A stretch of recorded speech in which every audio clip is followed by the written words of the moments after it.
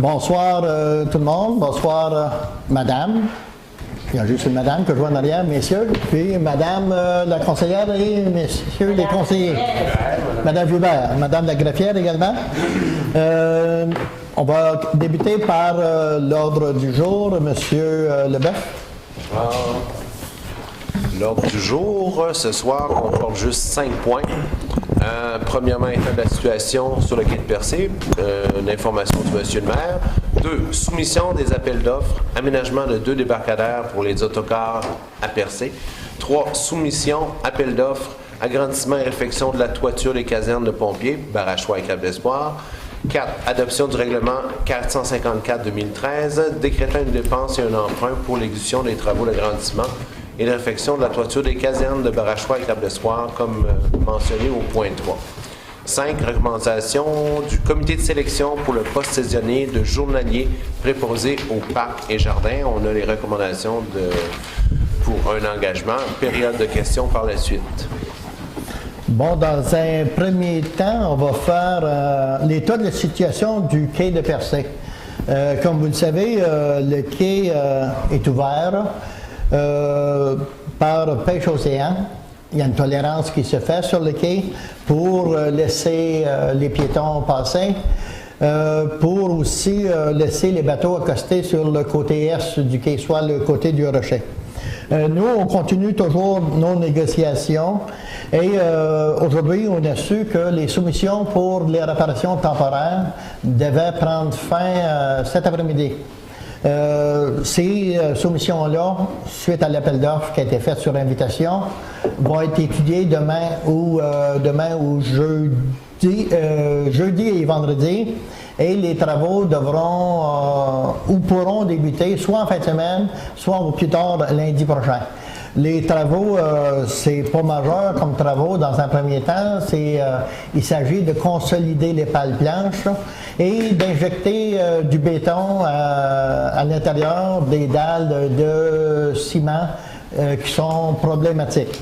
Ça fait que ça devrait se faire et on a aussi reçu l'assurance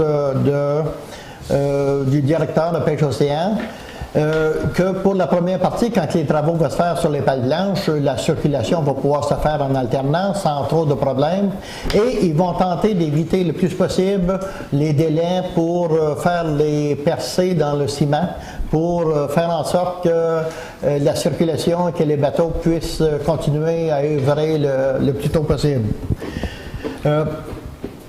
Nous, là-dedans, dans ce dossier-là, comme vous le savez, si on n'avait pas procédé de la façon qu'on a procédé, on a su de bonnes sources que le quai sera encore fermé, puis l'étude ne sera même pas encore faite, parce qu'il n'y avait pas rien de rendu en haut lieu pour permettre de faire en sorte que les travaux se réalisent le plus tôt possible.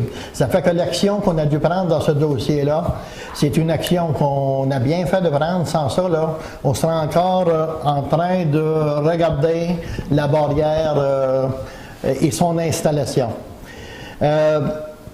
Il y a des discussions qui ont été entreprises dernièrement avec le directeur général, monsieur le conseiller Daniel Leboeuf et moi-même, auprès de différentes villes à travers le Québec où il y a eu un délestage de quais comme ça. On vérifie Tadoussac. Là, on est en train de vérifier Chandler. On va vérifier tous les villes où il y a eu un délestage de quais. Parce qu'on sait d'ores et déjà que le ministère de Pêche Océan, pour aucune considération, ils veulent conserver le quai sous leur juridiction. Qu'est-ce qu'on va faire, nous, à ce moment-là? C'est qu'on va demander au fédéral de faire en sorte que s'ils ne veulent pas le conserver, de le transférer soit à Travaux publics Canada ou à Transport Canada. Ou encore, si ce n'est pas le cas, qu'ils font ce qu'ils font ailleurs, exemple Tadoussac, qui donne les montants nécessaires pour la mise au niveau du quai et garantit un montant d'argent pour l'entretien futur. Nous, cette partie-là, on va leur demander d'attendre quelques temps. Pourquoi qu'on va attendre quelques temps? C'est que vous savez tous qu'on étudie actuellement la problématique de la promenade. Aussitôt qu'on va connaître la problématique de la promenade, est-ce que le quai va faire partie de la solution? C'est ça qu'on va regarder aussi avec nos ingénieurs. Les ingénieurs vont prendre aussi possession de l'étude qui a été faite par CIMA et voir qu'est-ce qu'on pourrait demander au fédéral pour cet automne pour faire en sorte que ce quai-là soit conservé et sécuritaire pour quelques années encore. Dans un premier temps, moi je demanderai au conseil municipal de nous mandater officiellement Monsieur le directeur général, Monsieur Leboeuf et moi, pour faire partie d'un comité provisoire de négociation et rendre compte par la suite au conseil municipal au fur et à mesure. Ça va être une première étape.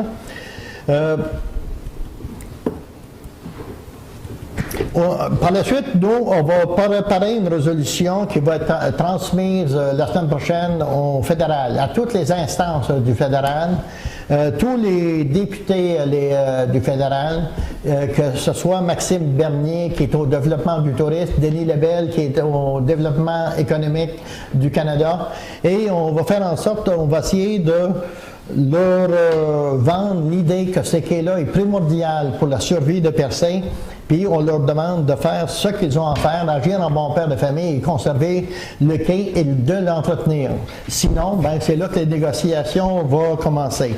D'ailleurs, on a reçu aujourd'hui une aide du ministre de la Région qui transmet justement une lettre au fédéral.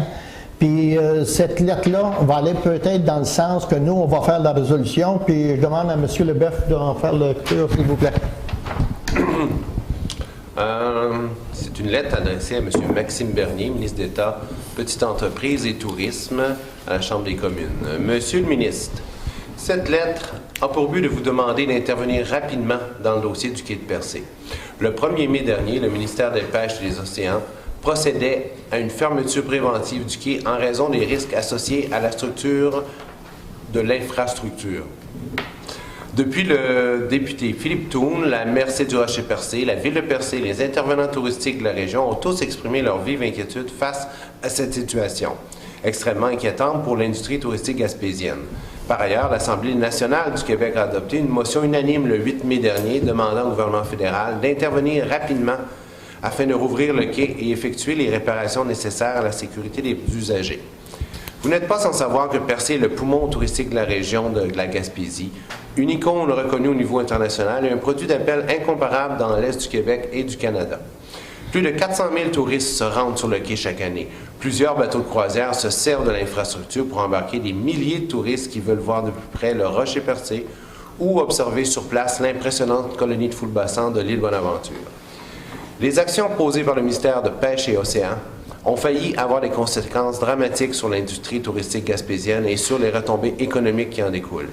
Dans le contexte de la réforme de l'assurance-emploi, où le gouvernement fédéral demande à nos régions d'allonger le nombre de semaines durant lesquelles nos employés saisonniers, dont ceux de l'industrie touristique, doivent travailler, dans le contexte où le gouvernement fédéral et le gouvernement provincial investissent des sommes importantes pour développer l'industrie des croisières internationales sur le Saint-Laurent, incluant la pointe gaspésienne, il nous apparaît injustifié d'en arriver à la décision de fermer le quai de Percé.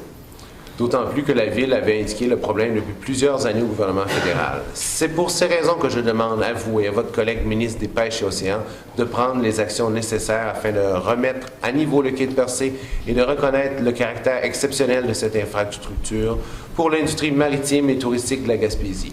Bien que les travaux mineurs seront effectués dans les prochaines semaines, il est clair qu'un plan de remise à niveau est nécessaire afin de compenser le manque d'investissement des dernières années. En espérant une réponse positive de votre part, je vous prie, Monsieur le ministre, de bien vouloir accepter mes sentiments les plus distingués. Signé M. Gaétan Lelièvre, copie à M. Pascal Béribé, notre ministre du Tourisme, Philippe Toon, Mme Diane Boutillier, notre préfet du Rocher-Percé, Bruno Cloutier et Mme Marie Leblanc, présidente d'Escale Gaspésie. Bon, ceci, nous, ça va nous ouvrir une porte parce que le provincial nous appuie dans le dossier et ça va, les négociations fédérales, provinciales, c'est quelque chose qui n'est pas toujours facile.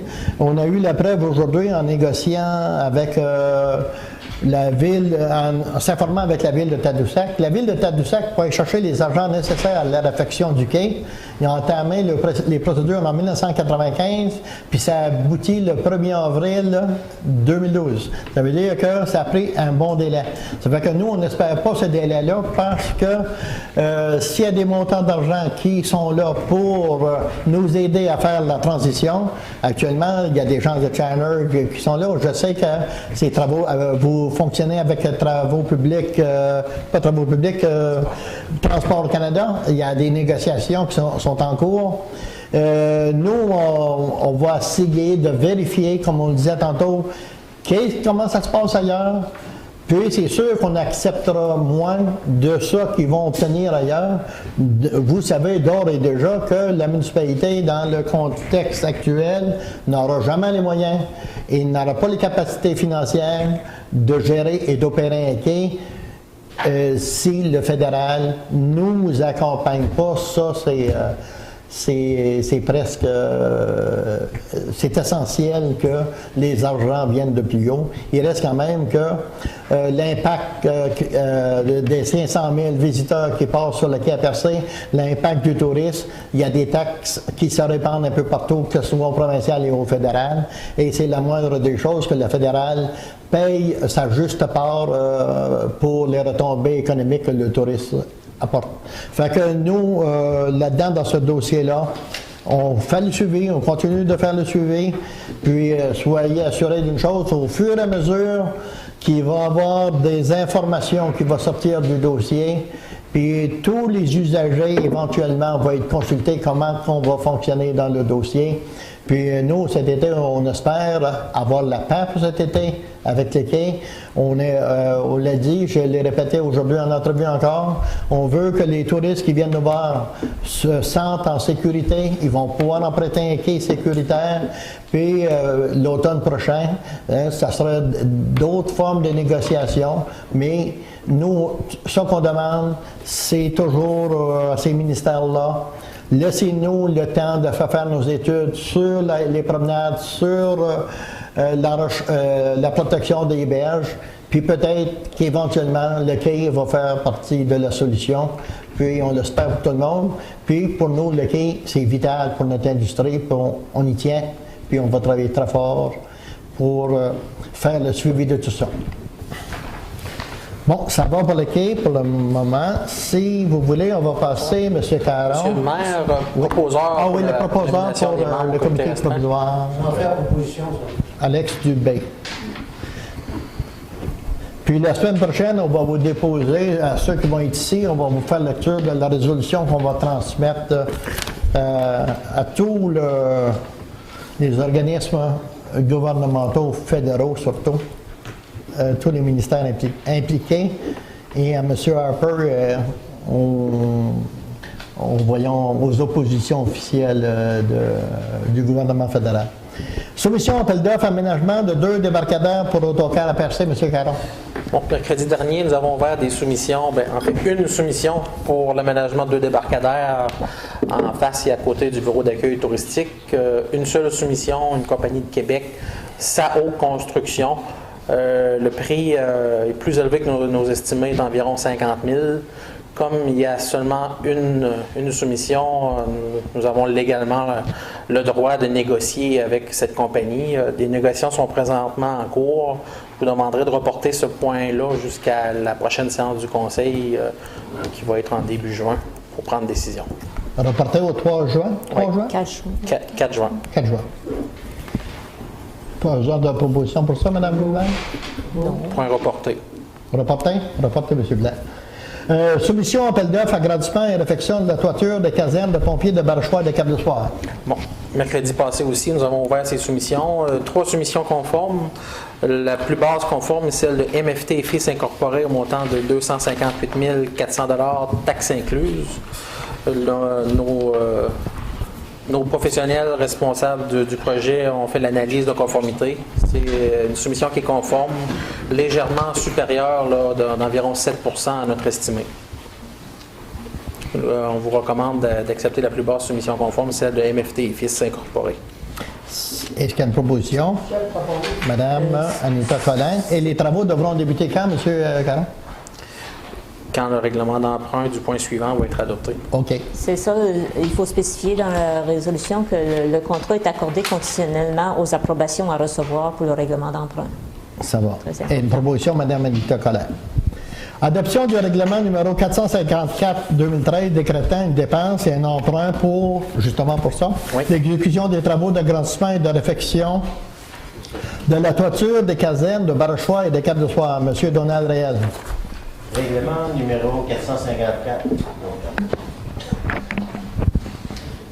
Règlement numéro 454-2013. Règlement décrétant une dépense et un emprunt de 258 400 pour l'exécution des travaux d'agrandissement et de réfection de la toiture des casernes de Barachois et Cap d'Espoir. Attendu que des travaux d'agrandissement et de réfection de toiture sont devenus nécessaires aux casernes de Barachois et de Cap d'Espoir, attendu que le coût des projets sont établis à un montant de 258 400 attendu que l'avis de motion du présent règlement a été dûment donné lors de la séance du Conseil tenue le 5 février 2013, le Conseil décrète ce qui suit. Article 1. Le préambule du présent règlement en fait partie intégrante.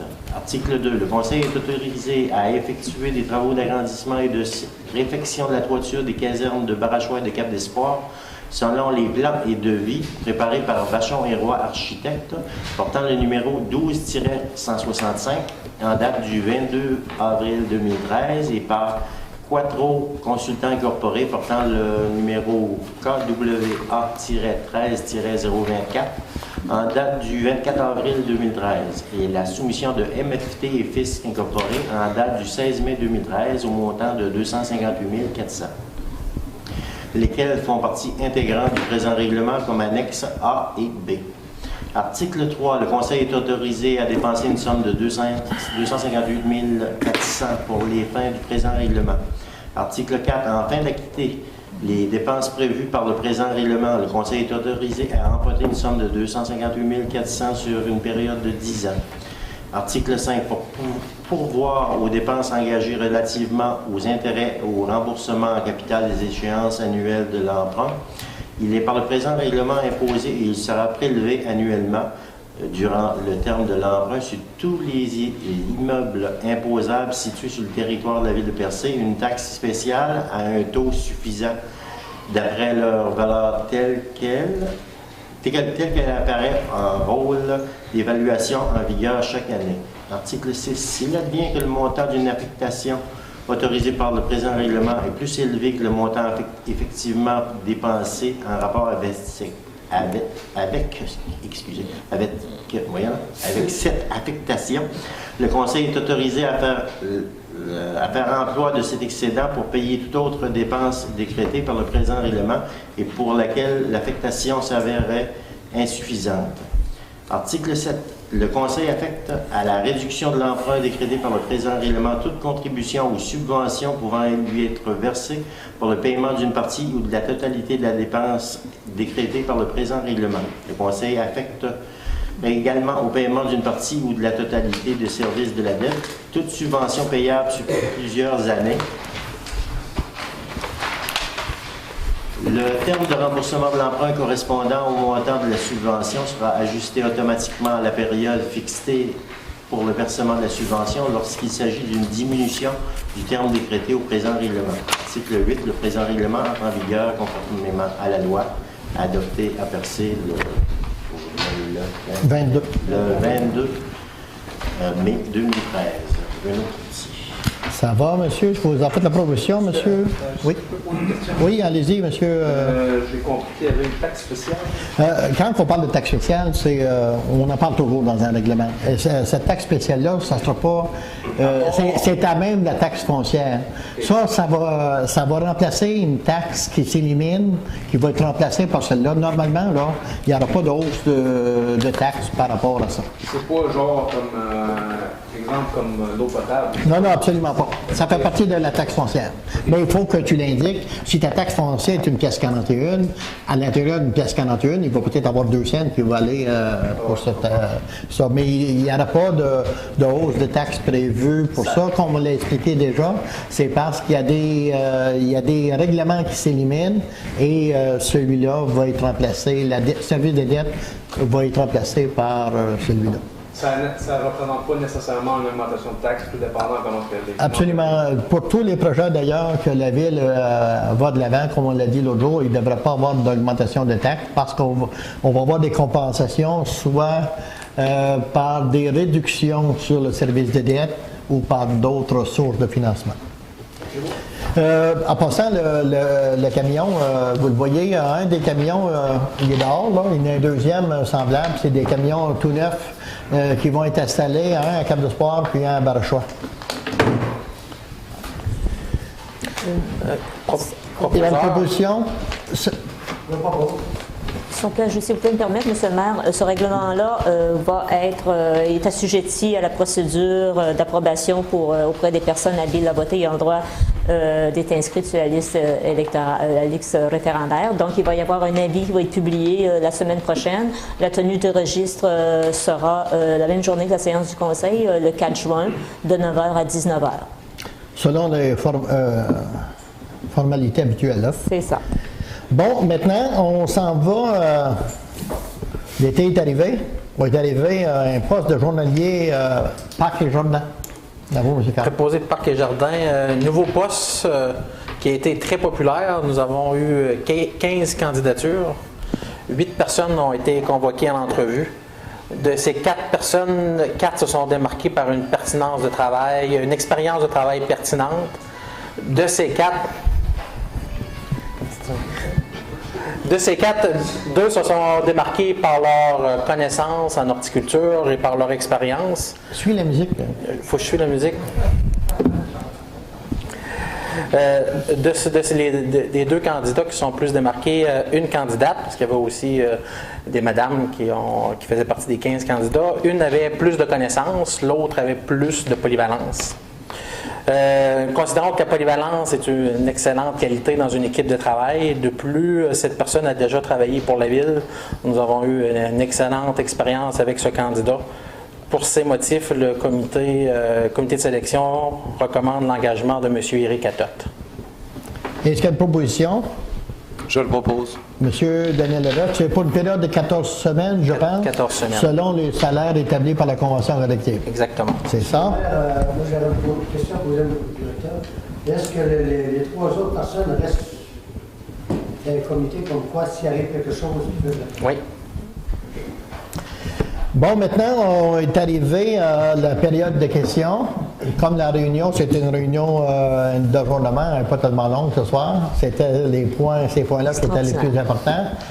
Toute personne qui veut poser une question, de ne pas se gêner, s'avancer à l'avant, décliner son nom et poser sa question s'il y a des questions. S'il n'y a pas de questions, monsieur, maintenant, allez-y.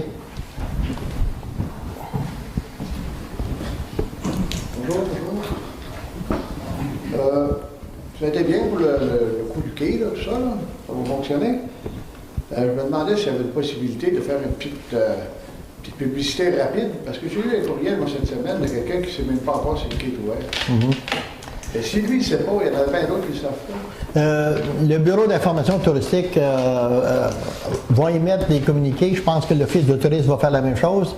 Et avec toute la publicité qui a été faite avec les médias, là, nous, on a reçu des centaines de courriels et des centaines de réactions. Puis, ça s'avère positif, là, mais ça que vous venez de nous dire, là, on va faire en sorte là, pour que ça se sache un peu partout à travers le Québec. Ouais, surtout. Tout un bout d'en haut, pas dans le haut, du soleil quelque part.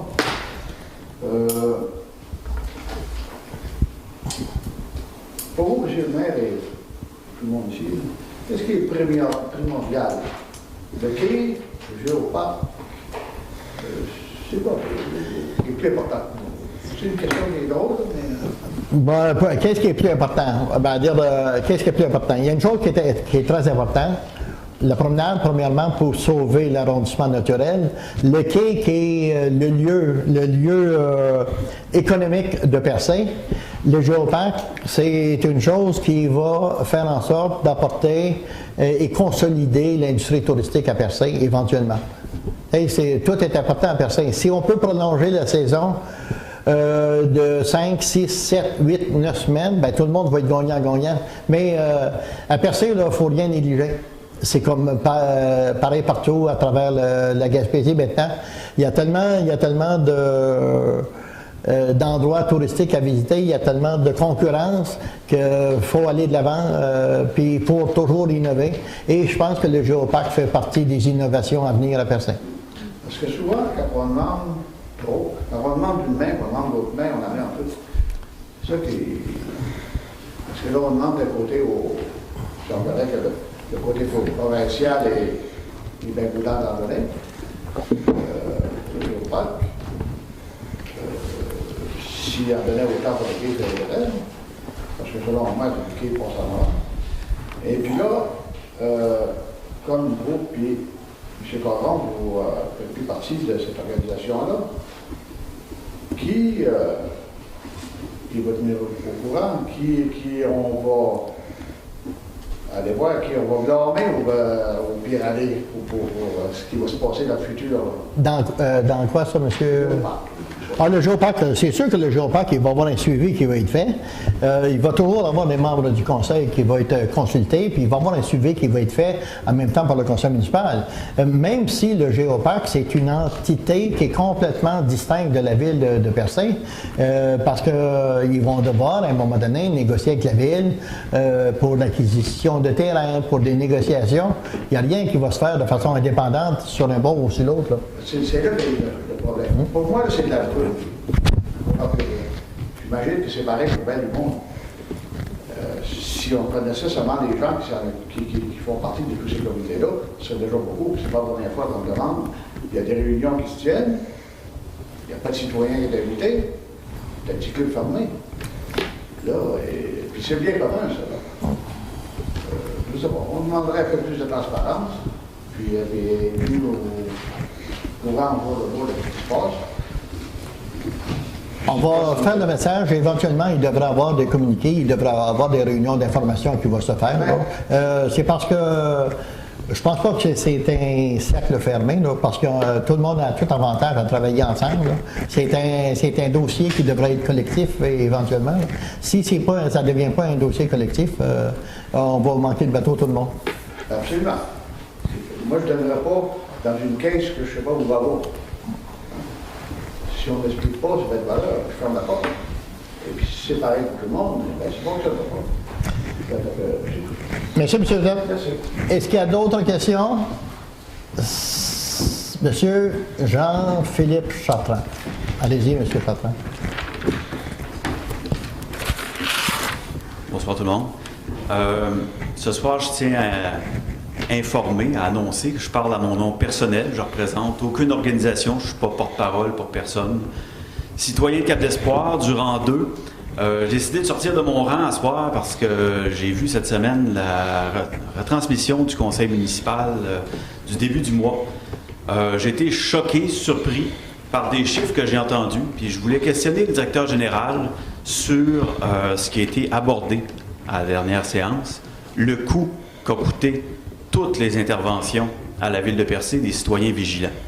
Pouvez-vous, M. Caron, me répéter ces chiffres-là qui ont été véhiculés à la dernière séance? Bon, les chiffres qui ont été... Je peux répondre? Oui, allez-y. Les chiffres qui ont été véhiculés, 90 à 100 000 en frais juridiques, en avis juridiques, en frais d'avocat, en représentation d'avocat, en recherche de documents, en perte de temps diverses, avec la quantité astronomique de questions que nous avons eues. Par courriel surtout, plus de 450 questions par courriel. Sur ce montant-là, je n'ai pas pris en considération les questions qui ont été formulées à la période de questions où le groupe peut monopoliser la séance pendant plusieurs dizaines de minutes. C'est ce qui nous a permis d'arriver avec un prix quand même assez précis de 90 à 100 000 $, en perte pour la ville. Fait que vous avez vraiment tenu un registre, vous avez fait. tout listé les interventions, vous avez compté le temps de vos employés qui ont été affectés à répondre à toutes ces demandes-là. Ben, et on sait qu'ils peuvent être abondantes. Oui. Moi, j'ai subi ce groupe-là pendant 2 ans et demi. J'ai décidé de passer l'éponge là-dessus, de me taire pendant 1 an. Mais quand j'ai vu la semaine dernière à quel point ça pouvait affecter 90 000 $, là, c'est de l'argent. Là. Vous pourriez engager 2 personnes pour 1 année pour faire une job quelconque requise. Je suis sûr que vous en avez besoin dans vos services. Puis ça n'a pas pu être fait. Et là, vous me dites ça, c'est tout vraiment ce qui a été en perte de temps, de productivité, plus les coûts en service juridique. C'est ce que vous me dites. Oui, c'est ce qui a amené le conseil municipal à prendre une décision de mettre un frein à cette porte ouverte là, de demandes d'informations diverses qu'on offrait à certains citoyens dans le but d'une meilleure transparence. On se comprend bien, ce n'est pas les coûts associés à la période de questions, mais c'est des plaintes qui sont logées dans des directions régionales de ministères, des plaintes qui sont logées à Québec, des demandes d'information ou des représentations pour faire bloquer des projets dans des agences de développement économique ou encore là dans des ministères. Mais là, je précise, le 90 à 100 000 $, c'est de l'argent de la ville seulement. Je n'ai pas pris en considération le temps de la MRC, des fonctionnaires du MAMRO, du commissaire aux plaintes. Ça, j'en ai pas tenu compte. OK, merci. L'autre question, Monsieur le maire, vous pouvez répondre ou non, c'est votre choix. J'aimerais avoir votre commentaire à propos d'une rumeur qui circule qu'un des membres du conseil, un conseiller, sortirait de façon systématique des dossiers de l'hôtel de ville, vos documents de travail du conseil pour les amener aux citoyens vigilants qui peuvent ainsi mieux se préparer à la période de questions et tourner tout ce moment-là de participation citoyenne, tourner ça en cirque, comme on peut le voir depuis maintenant 3 ans. Avez-vous entendu parler de ça? Êtes-vous au courant de ça? On a entendu parler, ça c'est sûr qu'on entend parler. On a des doutes, ça c'est sûr qu'on a des doutes. Mais des preuves, ça c'est moins sûr qu'on a ces preuves-là. Mais il reste quand même que les citoyens vigilants, comme on les appelle, sont drôlement bien informés. Et c'est pas moi qui les informe, puis je pense pas qu'il y a grand monde ici au conseil municipal qui les informe, sauf une personne qui est mise en doute. Mais c'est à cette personne-là qu'il faudra poser les questions. Et puis, je vous invite à y poser les questions à une prochaine réunion du conseil. Bon, les absents toujours tard, comme on dit. Donc, on se comprend que si des preuves sortaient, si quelque chose était déposé sur la table, cette personne-là aurait violé son code de déontologie d'élu municipal, aurait rompu la confidentialité que vous vous engagez à respecter au sein de votre travail. Et c'est quoi les conséquences? Dans ce cas-là, on est exclu du conseil, on doit démissionner? Comment regardez, selon les codes de l'éthique, tout citoyen peut faire une plainte contre un membre du conseil. Nous, c'est pas aux membres du conseil de faire une plainte contre un autre membre du conseil. Par contre, si une personne a des bonnes raisons de croire qu'il y a eu des dossiers qui ont été sortis du conseil municipal. Il n'y a pas de dossiers qui sont sortis directement du conseil municipal, mais en réunion de travail, il y a des informations qui se donnent. Et ces informations-là, tant et aussi longtemps qu'ils ne sont pas adoptés en réunion régulière, ils doivent rester à l'intérieur du conseil municipal, à l'intérieur des élus. Ils ne doivent pas être transportés, transvalés et commentés par qui que ce soit. Donc, il est possible que la règle de confidentialité ait été violée dans ce cas-là? C'est possible, mais il faudra le prouver tout ça, là. Mais on a des bons doutes que c'est fait. Merci. Merci. Bon. Une petite derrière. Oui. Malheureusement, je peux le déplore. C'est le fait qu'il y a des gens, depuis les 2 dernières réunions, qui prennent plaisir à accuser un puis l'autre quand ils ne sont pas là pour se défendre. Ça me dégoûte, ça. Il n'y a pas de nom qui a été nommé à nulle part. On parle d'une personne, mais tout le monde. Il y a un gars qui a posé une question, qui en a donné parce que les autres n'étaient pas là. C'est plate un peu comme manœuvre. C'est effectivement lâche. Ensuite, on chope le temps par 90 000 $. En fait, compte, ces 90 000 $-là étaient dépensés pour chercher la vérité. Et combien ont coûté les enquêtes, piscines, cafés, pour calculer la crédibilité de certaines personnes? Ça, on n'en parle pas, ça. Il y a des chiffres pour ça aussi. Ça, c'est pas nous qui l'avons demandé ça. Vous avez été payés pour 2 gros dossiers majeurs? Où sont les chiffres? On n'en parle pas. Ils ne veulent pas le savoir, ça. On dirait que c'est remisé, ça, là. En tout cas... C'est quoi votre question, M. Méthode? C'était juste un commentaire, tout de suite. Puis, tant qu'à l'histoire de violer ci et ça, c'est pas compliqué. Tout a été violé, qu'est-ce qu'il y avait à violer?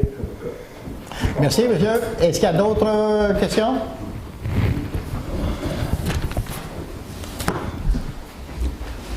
Bonsoir, mon nom est David Hare, résident saisonnier de Percé. Je vous avais envoyé un courriel pour vos actions sur le quai de Percé. Je vous félicitais de vos actions immédiates que vous avez prises. Ça me donne une fois de temps en temps, quand je suis en ville, de lire les comptes rendus de vos rencontres mensuelles. Et puis, à ma surprise, c'est au mois de mars, si je ne me trompe pas. La SDEP a demandé des services à la Ville. La Ville a facturé un certain montant. La SDEP a payé le montant. Et par la suite, la Ville a remboursé ce montant-là. Je voudrais savoir, parmi les conseillers municipaux, qui a voté pour et qui a voté contre. Je sais qui a voté contre, mais je ne sais pas qui a voté pour cette résolution-là de rembourser la SDEP. Bon, ça, il faudrait faire une distinction avec ça. Ce n'est pas un remboursement. Hein. Ce n'est pas de l'argent qui a sorti de la Ville. C'est un montant qu'on avait reçu en subvention. Puis, on a remis, on a transféré tout simplement ce montant-là à la SDEP. Mais ce n'est pas de l'argent qui a été voté, qui a été sorti des coffres de la Ville. C'est pas une dépense, là. C'est juste une transaction comptable. Et tout le monde a voté pour, sauf une personne, je ne m'en souviens plus lequel. Pas ici. Pas ici? Bon. Mais dans une résolution similaire, Oui. Est-ce que le conseiller municipal, qui est le directeur général de la SDEP, devrait voter ou non? Est-ce qu'il est en conflit d'intérêt avec pas du tout, parce que la SDEP, c'est un organisme totalement indépendant de la Ville de Percé. Oui, mais totalement indépendant. Quand son directeur général est également conseiller municipal... Non, c'est pas son directeur général. Il n'y a pas le directeur général de la SDEP ici, je ne suis pas au conseil municipal. Daniel Delebeuf, c'est qui? Il est président de la SDEP. Oui, mais il vote. Mais même s'il y a eu voté là-dedans, on a pris les informations nécessaires. La Ville et la Société de développement économique de Percé, c'est deux entités complètement différentes. Et il n'y a pas eu de sortie, comme je vous dis, il n'y a pas eu de montant d'argent qui a été engagé de la part de la Ville. C'est un transfert de subvention seulement. Petite Mais précision, la façon monsieur de le maire s'exprimer, aussi. c'était pas comme si c'était ça que ça disait. C'était Monsieur, pas clair, votre... voulez-vous... Oui, juste pour préciser que M. Leboeuf est nommé par résolution par la Ville de Percé pour être représentant de la Ville au sein du conseil d'administration de la SDEP. Donc, il ne pourra pas être en conflit d'intérêt sur une nomination qu'il y a eue par le même conseil municipal. Non, moi, je me questionnais juste sur le vote. La façon de s'exprimer dans votre compte rendu, c'est comme si c'était un remboursement d'une facture que la Ville avait présentée à SDEP. C'est simplement une écriture comptable. Pour certaines subventions, il fallait que la Ville s'engage pour des honoraires, des services. Ces services-là ont une valeur, ils ont été quantifiés et ont été facturés et remboursés par les gouvernements. C'est simplement une écriture comptable pour rendre tout le processus de financement. Je pense que dans les commentaires ou dans les procès-verbaux, ce serait peut-être important de plus juste expliquer davantage le pourquoi de ce genre de choses. Ça va, monsieur? Pas clair. Merci. Merci, monsieur.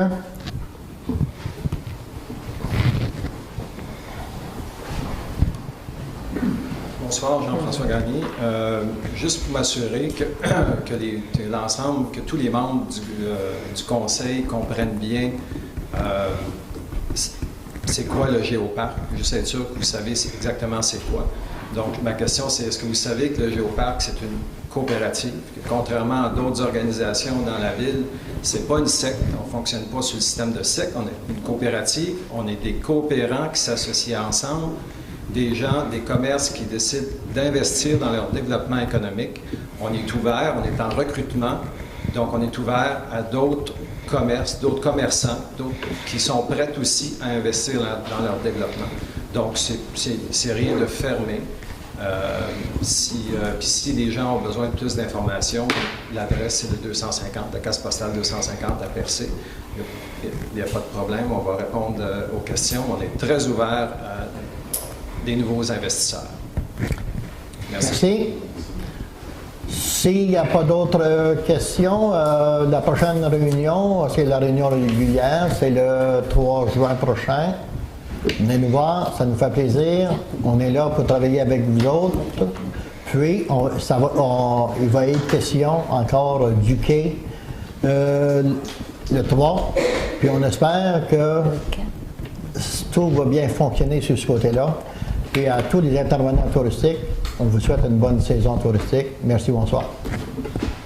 Est-ce qu'il y a quelqu'un qui propose la levée de la séance?